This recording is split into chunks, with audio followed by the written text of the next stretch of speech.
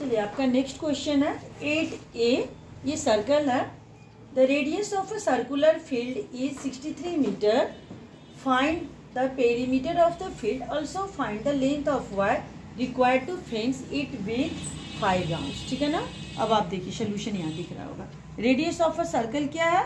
63 metre दिया हुआ है। ठीक है। Perimeter of the circular ground, इसका फॉर्मूला होता है 2 पाई आर। ठीक है ना। यहाँ 2 पाई आर और 2 इंटू पाई का वैल्यू 22/7 इंटू 63। 7 से मैंने 63 को रिड्यूज किया, 9 टाइम्स रिड्यूज हो गया। अब ये 2 इंटू 22 44 इंटू 9 और मल्टीप्लाई कीजिए, ये 396 मीटर आ रहा है। ठीक है। अब आपका क्वेश्चन है कि 5 राउंड यहाँ पे length of wire required to fence it with 5 round. तो चलिए length of wire required to fence 5 round 396 into 5 1980 metre wire चाहिए इसको फेंस करने के लिए। ठीक है। समझ में आ रहा होगा। ठीक है ना। ओके स्टूडेंट, चलिए अब आपका 8B क्वेश्चन है। This is 8B। If the diameter of a circular pond is 84 metre, find the cost of fencing around it with 4 rounds at ₹12 per metre. ठीक है ना। चलिए ये भी सर्कल है, लेकिन इससे पहले वाले क्वेश्चन में आपका रेडियस दिया था, इसमें क्या है डायमीटर दिया हुआ है ना। ये पॉन्ड 84 मीटर। ठीक है। तो जब डायमीटर दिया रहेगा तो इसका फॉर्मूला हो जाएगा pi D. Perimeter of circular pond is pi D. Pi का वैल्यू 22/7 इंटू डी कितना दिया हुआ 84। चलिए रेड्यूज करते हैं, 12 टाइम्स में रेड्यूज हुआ और मल्टीप्लाई करने पे 264 मीटर आया। ठीक है ना। अब क्वेश्चन क्या है आपका? Find the cost of fencing around it with 4 rounds. ठीक है ना। At the rate of 12 per metre. 1 metre का कितना लग रहा है?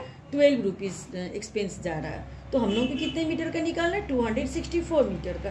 और हाँ, तो चलिए cost of fencing 4 rounds at the rate of ₹12। तो 264 मीटर है इंटू 12, तो ये 3,168 रुपीज़ आ रहा है। ठीक है। I hope you are understanding. चलिए आपका 8C क्वेश्चन है। ठीक है ना। 8C क्वेश्चन क्या है? Find the perimeter of circular ground is 308 metre. Find its radius. इसमें पेरीमीटर दिया हुआ है और रेडियस आपको फाइंड आउट करना है। ठीक है। चलिए पेरीमीटर ऑफ सर्कुलर ग्राउंड कितना दिया हुआ है? 308 मीटर। ठीक है ना।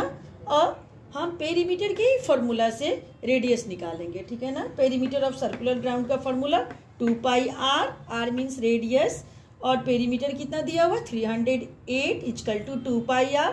308 इक्वल टू 2 इंटू पाई का वैल्यू कितना होता है? 22/7 इंटू आर, क्योंकि रेडियस हमें निकालना है तो रेडियस को आर ही मैंने छोड़ दिया आर। और 308 equal to 22 into 2 44 r/7। Now this is cross multiplication is, so 308 multiply with 7 and divided by 44, क्योंकि यहाँ पे r के साथ 44 r हो जाएगा ना। मैंने डायरेक्टली क्या किया, स्पेस कम होने की वजह से r इक्वल टू एक ही स्टेप में 308 इंटू 7/44 कर दिया।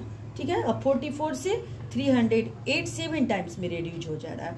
अब radius equal to 49 metre answer. Okay, is any problem student?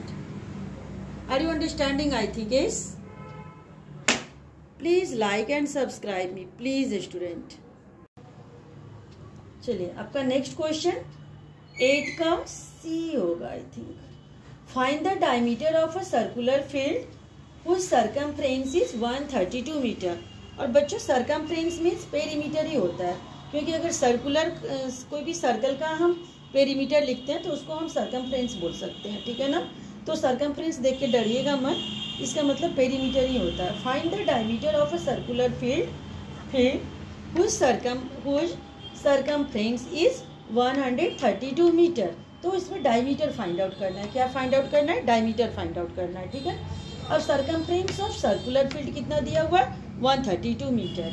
अब circumference means perimeter of circular field, क्योंकि मैंने आपको क्या बताया कि इस क्वेश्चन में जो दिया रहेगा ना बस उससे ही उसका आंसर निकलेगा, ठीक है ना। तो पेरीमीटर दिए तो पेरीमीटर के ही फॉर्मूला से हम क्या निकालेंगे, इसका डायमीटर फाइंड आउट करेंगे।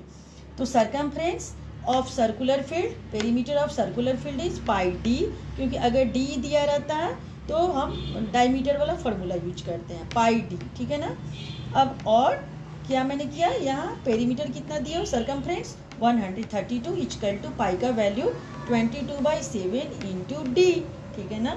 और 22D, ये 22D से मल्टीप्लाई हो गया। अब ये क्रॉस मल्टीप्लीकेशन 132 इंटू 7। अब D इक्वल टू 132/7 बाय 22, क्योंकि वो इधर मल्टीप्लाई में है और जब मैं इसको अपोजिट ले जाती हूँ तो क्या हो जाता है, डिवाइड हो जाता है। 22 6 टाइम्स 132 रेड्यूज हो जाता है। अब डायमीटर इक्वल टू 6 7 जा 42 मीटर।